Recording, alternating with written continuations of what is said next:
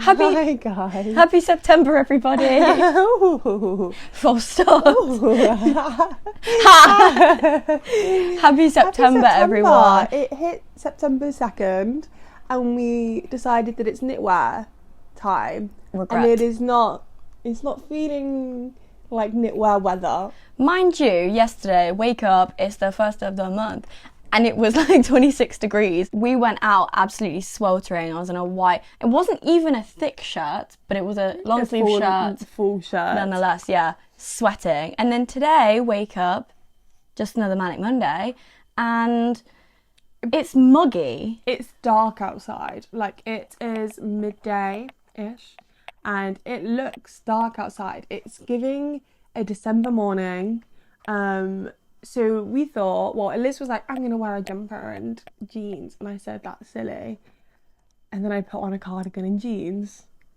And I'm warm. I was like, should have taken my own advice. Because it's September, I was like, Rory Gilmore jumper. That's what I'm wearing. And do you know what? When you're outside, it's not that bad. But it's because we're in here, like, in motion, moving, setting up, doing all this, and now talking. And I know this ring light isn't necessarily like a heated ring light, but there's something that gives the effect of it. Yeah. Like, it feels like there's a lamp on us right now, even though there's not.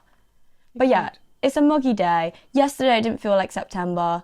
Today it does. This actually does give September because it's not cold like winter, but it's not hot like summer. That's your Blonde Vibrations weather update. I'm Lilyemma. And I'm Eliz. Welcome to Blonde Vibrations. This is Champagne Whispers episode 31. Oh, that felt like a Taylor Easter egg. Like, I'm feeling 22. Yeah. If you are watching us, before we get into anything today, you might notice that the man behind us is gone. And I feel like we should address it. In actual fact, this looks so professional right now. Yeah, it looks, I don't know, let us know what you think. Like, what, is it better when there's not like a random man's shoulder in the back? If you're listening / have never known us before, hey, crazy episodes dropping on, but welcome. There's usually Harry Styles behind us. We're in Lilyemma's room. And it's always humbling because we also do calls from this sofa. But obviously a laptop doesn't sit in the same way as the camera. So like, we kind of angled the camera now that when he is here, you can kind of only see his shoulder. But when you sit the laptop in front of us, you can see his entire face behind us. Yes. Which then leads us on to our next thing, is that I recently framed him. And I've not put him on my wall yet, so he just sits on my sofa. And yeah, we turned on the camera and it was a framed picture of Harry Styles directly between us, as if he was the third person on the show. So he has been removed. It doesn't help that it's a gorgeous picture, mind you. I'm a fan of your work that you have with him, but it's not the most tasteful picture to have right there. Do you think? Because, well, we discussed this before. He's not wearing a shirt. But you can only see this part of him. But only if he was here. Up high, absolutely fine. Yeah. What goes on up there, it's none of your business, guys. But you know, you'd be counting his tattoos behind us. It'd be like, our eyes are here. You're looking back there. So he has been removed. I do feel like it looks more professional, but does it look more boring? He's only on probation. He's going to go back there after we're done. Yeah, and I'm going to probably put him on my wall maybe. So he'll be back. His shoulder will be back. I enjoy when it comes to art though. And so on my sofa, we have kind of like weirdly mirrored rooms. We both have a sofa in our bedroom.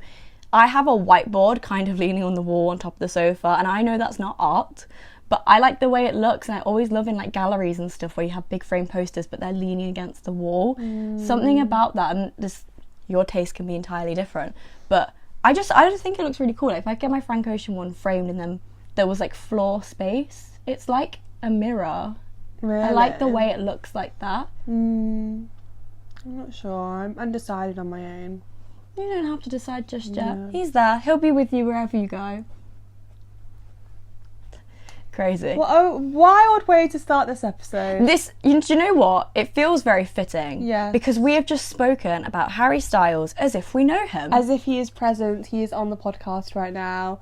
He is the third host. And whilst that would be amazing, it's not true. But it brings us to the topic of this week, which is entitled, You know my grid, not my story. I love this. I love it so much. You can tell exactly which Bum Vibration wrote that title. I'm obsessed with you know my name, not my story, and I feel like we have filtered in other things to that. So the you know my grid, not my story, Instagram story, stunning, amazing. Incredible work. So now we must ask you, is it wrong to presume you know someone based on their online persona? And I feel like we need to say first that it's kind of, we're looking at this from a consumer point of view, not is it wrong to have an online persona, because I feel like that's something completely different. We're looking at, is it wrong for the consumer to have this kind of relationship? Yeah, so if you're watching us, do you feel like you know us? Yeah. Personally, in a day-to-day life, I would say my headline is, it's not right, but it's okay, and it's not wrong, but proceed with caution. That's how I feel. I don't know if you agree. Yeah, I think I would agree. I think post-COVID, social media got a bit more casual and a bit more real, and it kind of created this new idea of parasocial relationships, which have always been there. And I'm not saying that photo dumps and vlogging caused parasocial relationships, because it's obviously always been there from celebrities and the forever, and also One Direction. Do you know what I mean? It's always Kings of parasocial. It's always been a thing, and it's a marketing tool, and it's this and this that, and it's always been a bit thing. However, I do think that the new kind of era that we've been in of social media for the past maybe less than 5 years is basically a breeding ground for parasocial relationships. I think it's also why some celebrities are kind of doing better at the minute. So I haven't necessarily planned this point, but the celebrities that you never know anything that's going on in their life, it's harder to relate to, and then it's harder to want to stick around more in your life because you just don't know them. But you feel like you know Sabrina Carpenter and Dua Lipa because of their photo dump-esque posting scheme, because photo dumps and things like that, it almost invites you into the normalities of what they're doing, not just the here's me on stage. You can't relate to that. I also think there's been an influx in the past few years of people being called out for editing their photos, presenting an unrealistic lifestyle, and I do think that celebrities are aware of this when they are posting. I mean, you see Olivia Rodrigo making TikToks backstage, and she's just sat in the stadium seats with Chapel Roan, and it's so this is just a normal thing. She's the fans filming it, I hope she plays this song. But it's also, she's not actually sat in the seats. Do you know, she looks like you when you're sat there before the Eras tour being I hope Taylor plays this song, but also that is Olivia Rodrigo. She's in the arena that she has sold out during sound check. Do you know what I mean? I think celebrities are aware of this kind of down to earth and the way that it does well. I mean, even to the point where we're aware of it. Do you know where no one wants to listen to a podcast if you don't know them as a people, if you're not attached. That's kind of how social media works, even in the sense if you follow an artist, you follow a creator, even in the wording of it. But I do think that because of that, everyone has these you feel like you know them, and it's crazy when you never do, because it's also, again with this, because you know them and like them and then trust them, and it's not necessarily the point of this, but because you then trust them, if they are then trying to sell you something, you're more likely to want it. And this is no hate to this person, Emma Chamberlain is the parasocial queen. Everyone feels like they know her so deeply and truly. They could be her. She's just one of us. She's the everyday girl. So then when she's selling the everyday coffee, you're oh yeah, I want that. I trust her. She drinks coffee all the time, so I know her point, and I'm willing to then consume what they want. But if some random person, I can't think of a celebrity that doesn't necessarily have a big online persona, because a lot of the big people at the minute are the ones who do. I don't know. Dylan O'Brien. Okay, yeah, Dylan O'Brien, no Instagram, no anything. If he then came out with a brand right now, I hope he does, and I hope it does go really well, but there's less of that inkling to you know, be like, I know you. I see what you do every day. Like, I know you drink coffee multiple times a Yeah. day, so I know what you're showing me right now is good. Yeah. And like, I feel like parasocial relationship is like the buzzword online at the minute. But we have fallen into it. And I will give you some examples personally. I feel like Sophia and Cinzia are my personal best friends. Yeah. I was team Molly May in the breakup. Yeah. Like, we walk around shops and we say, God, Sophia would love that. Yeah. And we're like, like, that's so we know Cinzia. that? And recently we met Seffi and Wing as well. And we just walk up to them and start discussing their new episode and stuff. And like, they were talking about Molly May actually and motherhood and stuff. And now I feel like, because I know their opinions on that one episode in that situation, I know them, and I'm like, well, I know what they would say in this scenario. Yeah. Because of, now I know what they think about Molly May and motherhood and being a single mother. I can apply that to other situations now, even though that's limited information that they chose to put forward on the podcast. But now I feel like I know them. I think it's that idea that social media now, you're almost praised for being casual and you're praised for being organic, to the point where it's so easy to then appear that. And I'm not saying Seffi and Wing are like pretending to have these thoughts, but do you know what, like, no one actually is posting not thinking anyone's gonna see it. Back in the day, you would have people posting on YouTube and they would just be posting for the sake of posting and not really thinking about other people seeing it. No one ever does that with social media, and I will say that with my whole chest, as people who started a podcast, as people who consistently post on social media, multiple different platforms, you never ever post with the idea that no one's going to see it. And I sometimes feel like when people post something on TikTok and then it blows up and they go, I had no idea that it was going to like reach this many people. I do understand what you mean, kind of reaching a larger audience all of a sudden is like shocking. virality. Yeah. However, when you're posting something on public on the internet, you know there's a chance that people could see this and people could perceive it in a certain way. And it's unrealistic to say that you never, ever think about that. I'm not saying it's in the forefront of your mind. Every single sentence I say on here, I think that it could be clipped and gone viral. But I do think if you're producing content online, especially on a regular basis, you are aware that A, what people want to see, and B, how people are going to see you. Yeah. I don't think it's naive to say that you've got no idea that like what you should be doing should be catering to a specific audience. No, and it's like... Is that marketing 101? Yeah, well, it's the same with us to an extent. I know we're not big in this sense, but what we say, we know anybody could see. Because, again, it's this public thing of we're not just putting it to our 5 followers that we know are our close friends, and they do know us. So anything that can be taken, they can then apply it to real life because they know us. But anyone anywhere in the world could just stumble on this video. I think it's quite a good video to stumble on, to be honest. But it's just another one that we were just, like, really on a point and we were, like, dying on this hill about something. They would then feel like they know us.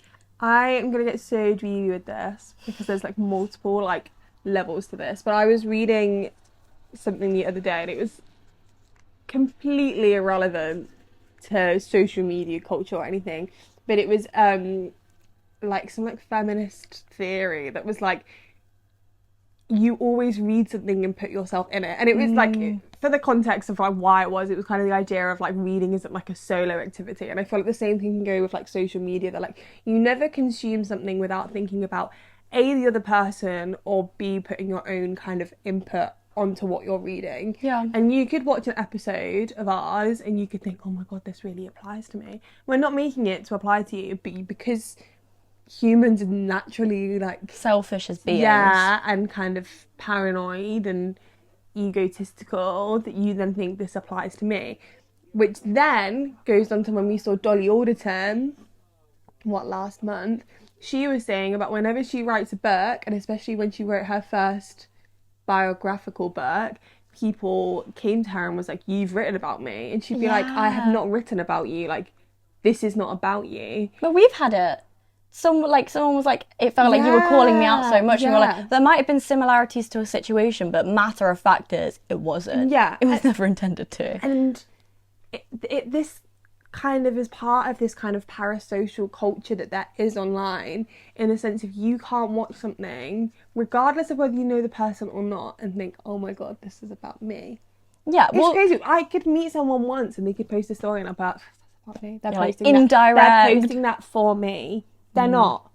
But it's that culture of social media and you see everything and they see everything. I had it. It's crazy. A few weeks ago, I showed you a story underground, just on the tube, and it was someone with a specific song, the Girl in Red song. I don't know if you're picking it up and putting down. And I was like, every part of that, it's for me. Tailored for me. Like no, it's probably because we're of similar age in the generation, we have similar tastes. But like, no, I was like, they're trying to get me to message them. They're trying to get me to it's like it. Like, message. yeah, like the indirect, it's so direct at this point. But yeah, going back to what you were saying about like, everyone says something and they're expecting someone to see it. Because I knew I had one more note about this and I could not find it for the life of me.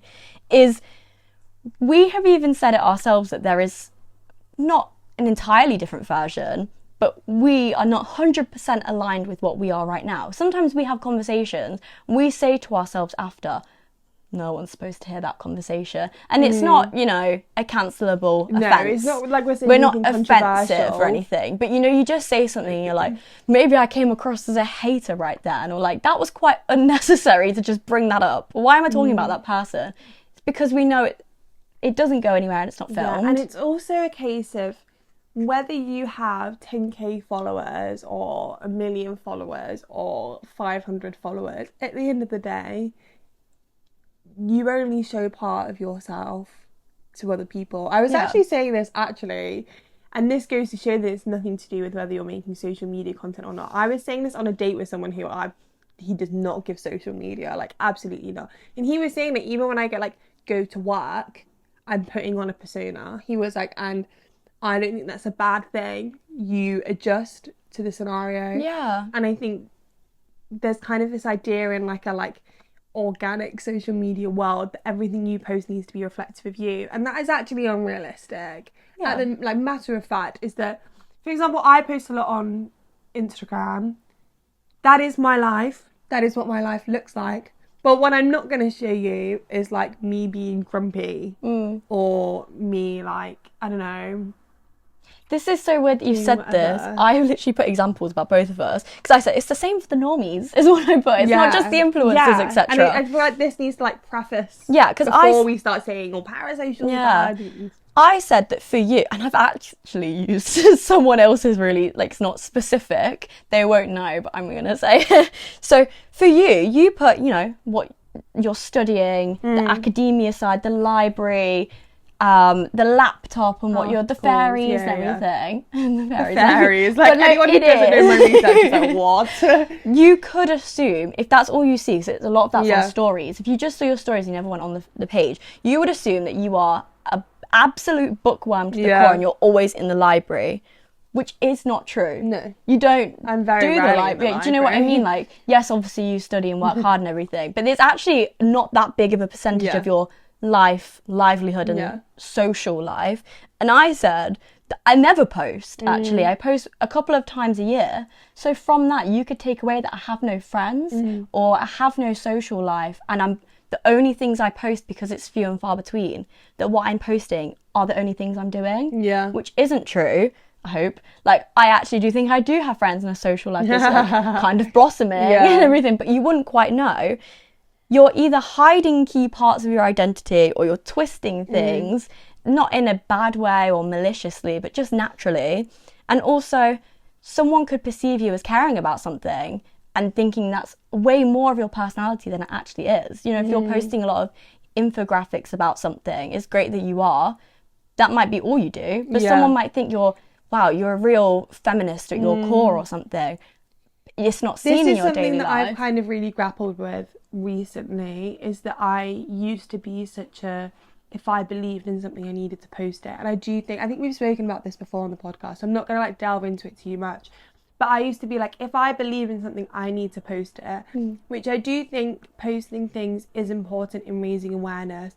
However, at the same time, I think you have to have a very healthy relationship with it, and I think it could look so easily performative, and it could look so easily in poor taste, which is why a lot of the time now I choose not to, because I'm I know me as a person, and I know if I start posting this, I'm going to be posting it frequently, and it's going to be in between like selfies, and it's going to be in between here's my coffee, and I don't want to do that. Either I want to go full send and only post that, because it's wrong. It's wrong to be posting these like horrific like raising awareness things, and then the next thing is like, anyway, here's me going to a festival. It's not right to me. I think but it's easy to look at that and be like, that's someone who doesn't care, in the same way that it's easy to look at someone posting and think, wow, they're so active. Yeah, like, but they're not. Posting things about raising awareness and everything, it will never fall on deaf ears or whatever the phrase is. Like, it's always good to do it. However, if people are looking inwards at you, they might think that you're more of like an activist or whatever word insert there that you are, and in real life you might not be.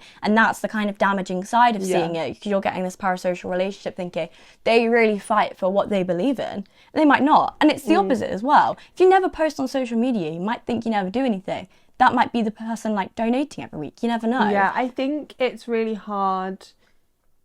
Social media is such a double-edged sword, in the sense of like, it's great. I love it. Absolutely. But I do think it is so easy to present this fake life. And I think it's something that a lot of people strive to not promote unachievable things. Like, I'm never going to post on my story that I'm in the library 24/7, and that like I just wake up and I write and then I get like perfect grades. Like, I'm never going to post that. But at the same time, you don't want to post the hard stuff.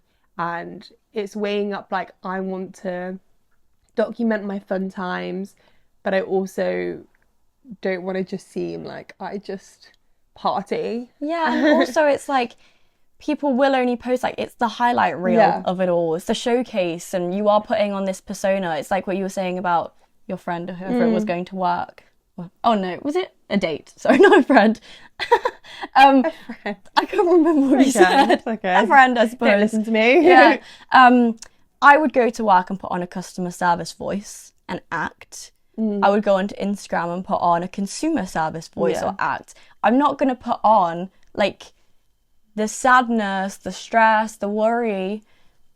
It's not embarrassing to feel those things, but I would rather other people look at me and think, you've got more going on than and that. that's how the world works, is you want people to look at you and you want the world to think you're cool. And I don't think that's a bad thing. It's just a reflection of society and what we've imposed on standards of people, that we have to be up here all the time when you're not always. But that being said, I think when you have a bigger platform and when you have so many, typically, as you're growing, positive opinions about you, I do think it is kind of part of the parcel that you need to be reflective and a bit more realistic. Like, no one's expecting you to go on your Instagram and be like, I'm actually feeling kind of sad today because I have to go to work.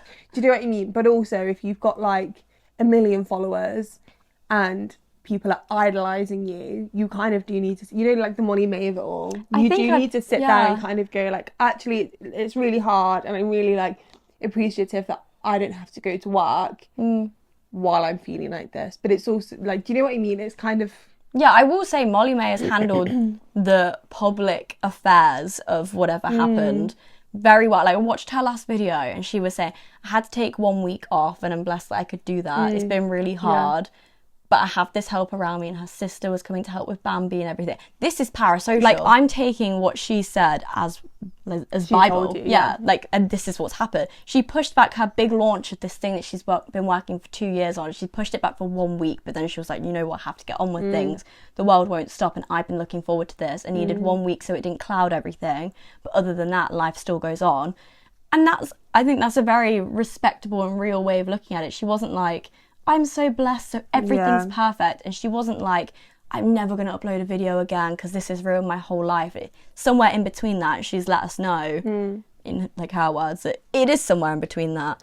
And we'll never really know. My specific example from earlier was actually the fact that we even have it with, it's not a celebrity, it's not an influencer, it's the main characters in our own lives. Everyone has it. And if you say you don't, I think you are lying. Like, we have someone. Luckily, we have a few. We don't know them, but we have spoken to them. So I don't know where that falls on the parasocial level, but I know they're really into like racing.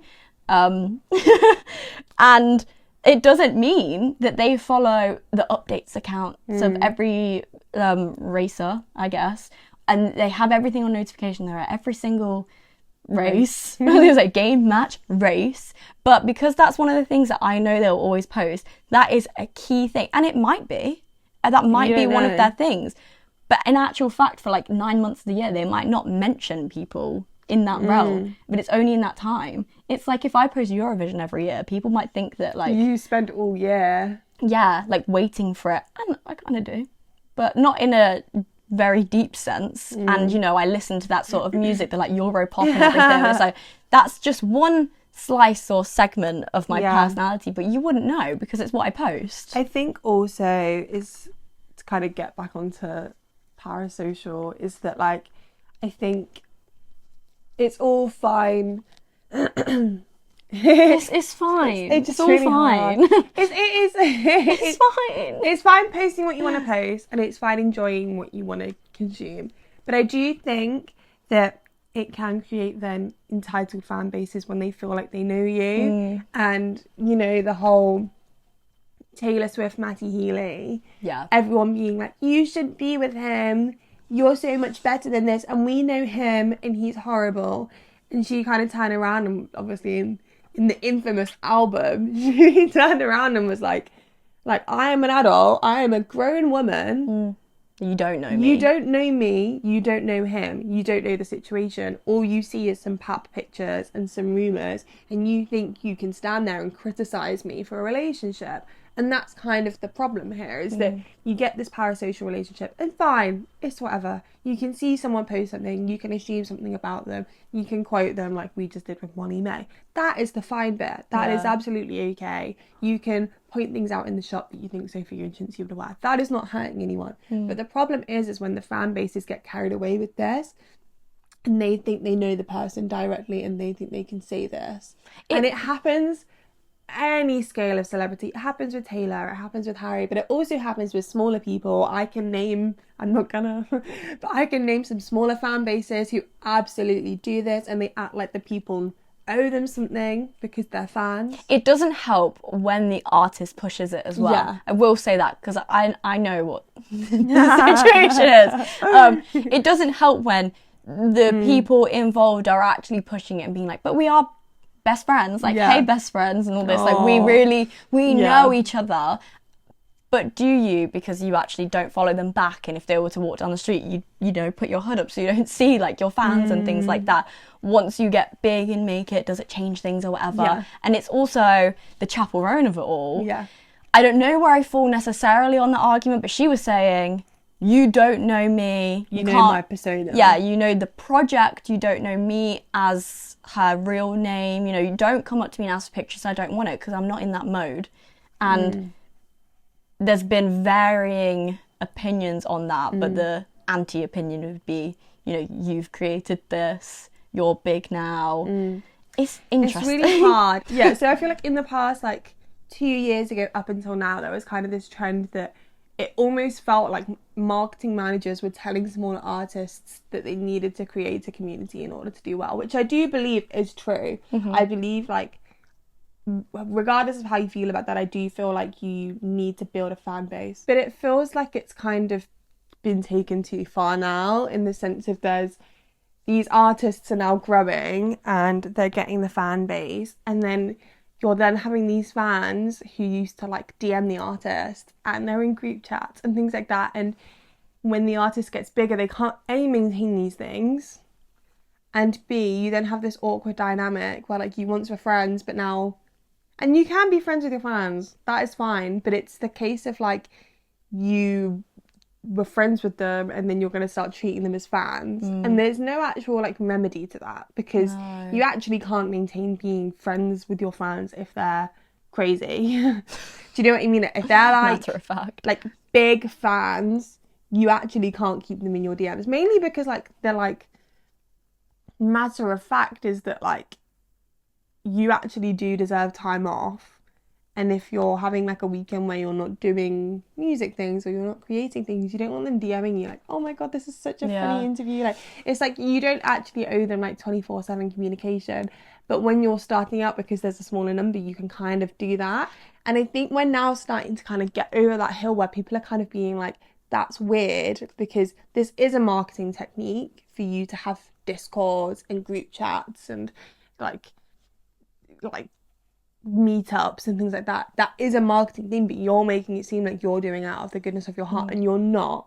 I think you can be friends with your fans, but you have to decipher whether the fans can like separate you as the artist and they might idolize you and you as a person, because if they genuinely can form a relationship with the person, that's great, but if they can only see you as the project, in like the Chapel Roan case, stage, wow, yeah, it's so cool. If they're, you know, I want to be friends with Chapel Roan, like she's so like me, like when she sings, like she gets me, that's so different to, you know what, we happened to meet each other at this like bowling alley, and I ended up bowling with her for 2 hours and it was sick, and now I kind of want to do it again. It's so different. The other thing is less so on like the artist perspective, but just presuming you know someone's online persona, is assuming you know someone increases your chances of disappointment when they do something that morally, ethically, socially does not align with you and also your perceived version of their identity. If they say something and you're like, that's not, and the Taylor dating someone that you don't think is good for them, or they are buying clothes from a brand that you don't like, or even they started eating meat again, but you were idolizing their like vegan values and things like that. I don't know how I always managed to bring vegan into it. Sorry, I did it. You're gonna get hurt by it, and there's this weird thing of, can you be hurt by it because you don't know them and you put this pressure on them to be something, and at the end of the day they're only a person with a platform. Take all the platform away, do you know the person? No, you don't know how if they were like that the entire time. It's the same as with anything, you know, you think you know someone but you actually don't. It's the same as like when you first befriend someone and then like a few months in they do something really weird and you're like, what, that's not who I thought you were, because you don't know the whole person. And I think like the combination of someone very aware of their online presence and then also this kind of weird blended friendship, fanship thing going on, that is literally a recipe for kind of being like, oh, I thought I knew you, but I don't. Because you don't know them, and you never will actually know someone purely from their online presence. I genuinely believe that. Like, you can't. There's no way you can. And I think trends in celebrityism and things like that have kind of fed into this idea that you can know someone because you can see what they do on a day-to-day basis, and you can see what they eat, and you can see their friends and how they act with them, but it's still being photographed. It's actually never organically filmed, ever. And that's coming from two people that are literally filming. It's not organic. Yeah, well, because there's a camera. You know there's a camera. Yeah, when we sit down and we're like ready to film, we always joke that like the whole, and they're not really friends off camera, because like in that moment we have the little like, okay, we're set, we're ready to go, then it's a like customer service mode. Yeah, you know, like we don't, when we talk to each other, actually sometimes we do get very passionate, exactly like this sort of because like it was a very natural thing for us to start. But sometimes if we're just like laying on a bed, or we're having dinner or something, we're talking almost more like monotone, or we might not speak in full sentences. Sometimes we might come across very blunt to each other and it doesn't mean anything. But right now we'll speak and it's almost, and this is not us faking anything because it's somewhat aligned to us, so we can be like this, but it's a bit more animated. Or if I'm looking at you and you're saying a point, I'm going to be a lot more, you know, a bit more and a bit more just kind of put together, just polished, censored. You know, we'll say, oh well, I actually know a fan base, I'm not going to name it, whereas if it was us, obviously we're going to name the Instagram it. It would be like, you know, this, they posted this, and this person commented, and they're mutuals with this person, and I think we're very reflective of what you see here is us. So I think that's saying something, that we're very organic on here and this is what we are like. But also, with that being said, you can be as organic as you like, but it actually will never be natural because there is a camera and anyone can listen, which kind of goes back to how we started this and it is natural to have a persona online and to filter what you say and what you put out. But this does then mean that when these parasocial relationships are created because of the way that social media is now posed, it's not going to end well because you actually don't know. And you're also, like you were saying, you're putting yourself at a risk of upset because you have attached ideas and feelings towards a person that aren't probably reciprocated because they don't know you in the same way. Yeah. And B, you could then be so easily manipulated and so easily used for their gain, which you never want to think about, but it is scarily common because it is a marketing technique. Well, think about Sabrina Carpenter when she just released like Please, Please, Please.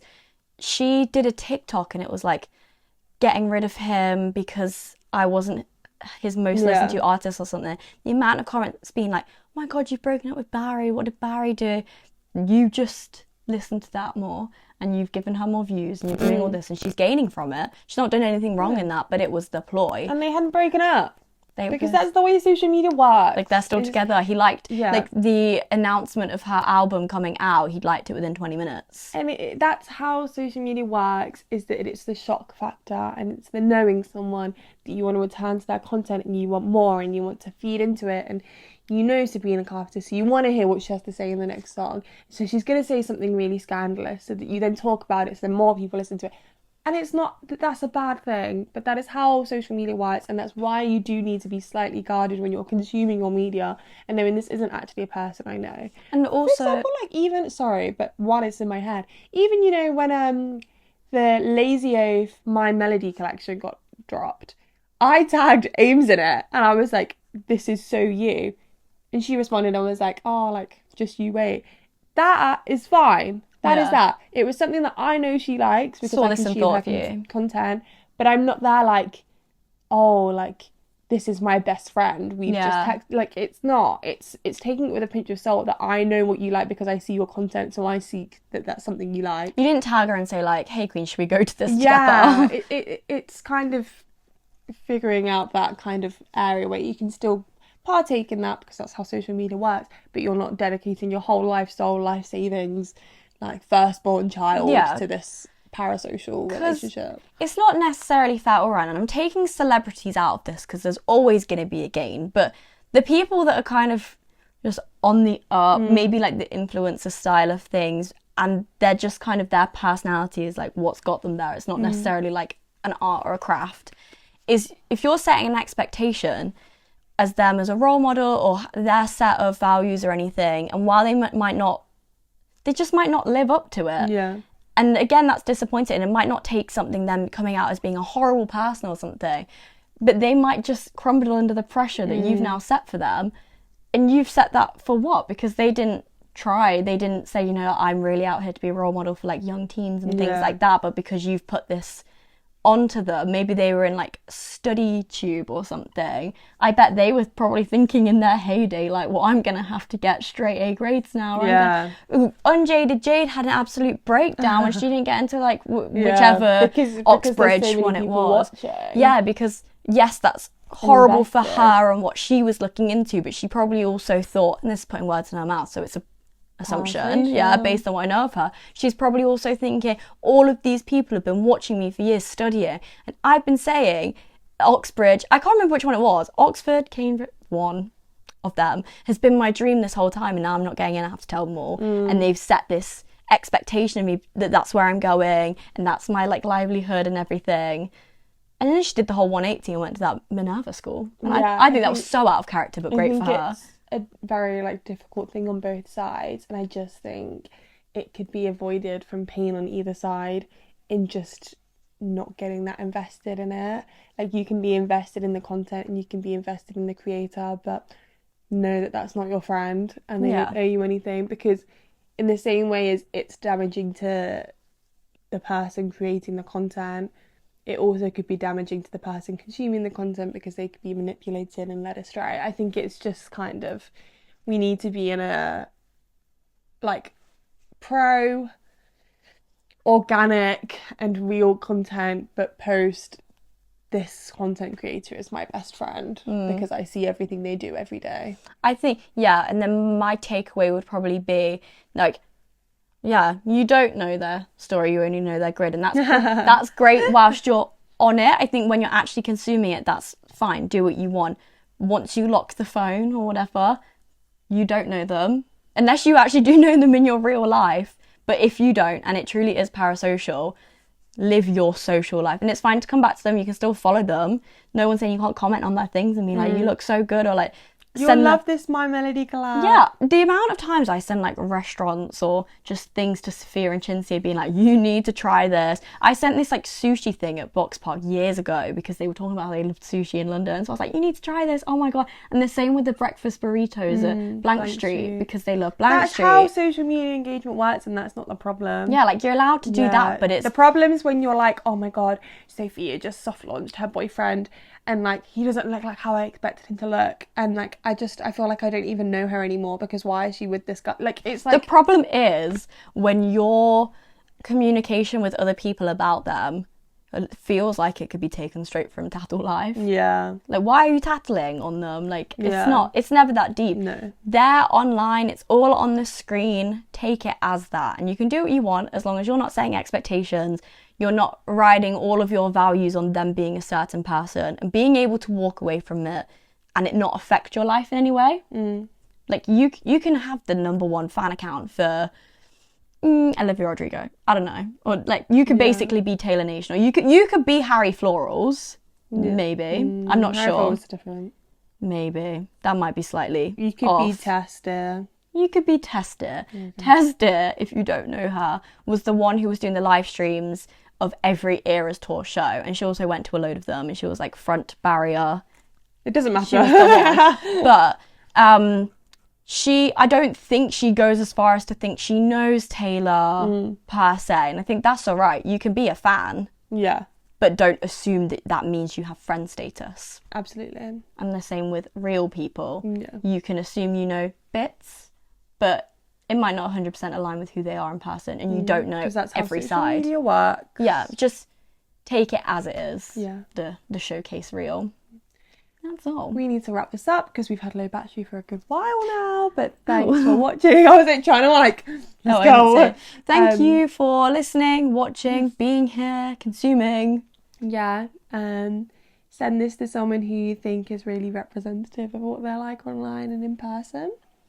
Yeah. If you want more Blonde Vibrations after we've just slated people for consuming too much content, head over to www.blondevibrations.co.uk for our blog. Instagram blonde_vibrations, TikTok blonde vibrations, everything else you can find, and I hope you do find us. Yeah. I think that's about it. We'll be back in a couple of weeks' time with a new episode. But let us know if you have anything you want us to discuss. Yeah. And we can maybe pick it up. See you when we see you. Love ya. Bye, guys. Bye.